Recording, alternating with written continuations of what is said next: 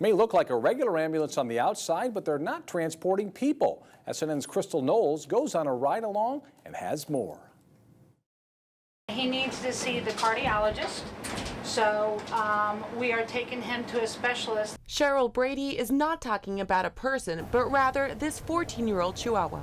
Brady spends her day in an ambulance transporting pets to where they need to go. Some are urgent emergencies and others specialist visits. Any type of situation where people need help with their pets, we're available to help. Helping animals is her calling. I wrote a paper about an animal ambulance when I was a pre-vet student 30 years ago. A tragic situation gave Brady the push she needed to take action. My epiphany moment was I had a friend, a good friend of mine had hit a dog.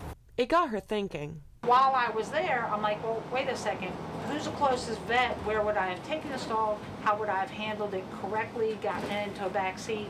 And right then, I mean, literally light bulbs started going off. And that's how Vet Care Express Animal Ambulance went from an idea into reality.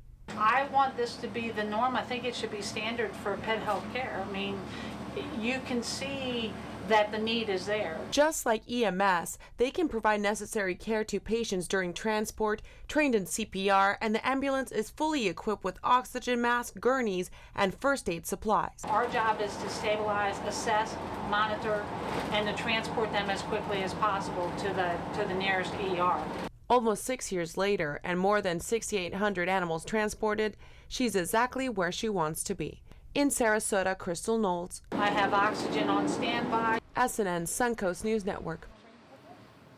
And unlike regular ambulances, they're not allowed to use sirens and break any traffic rules. The business has recently expanded to Hillsborough, Pinellas, and Pasco counties.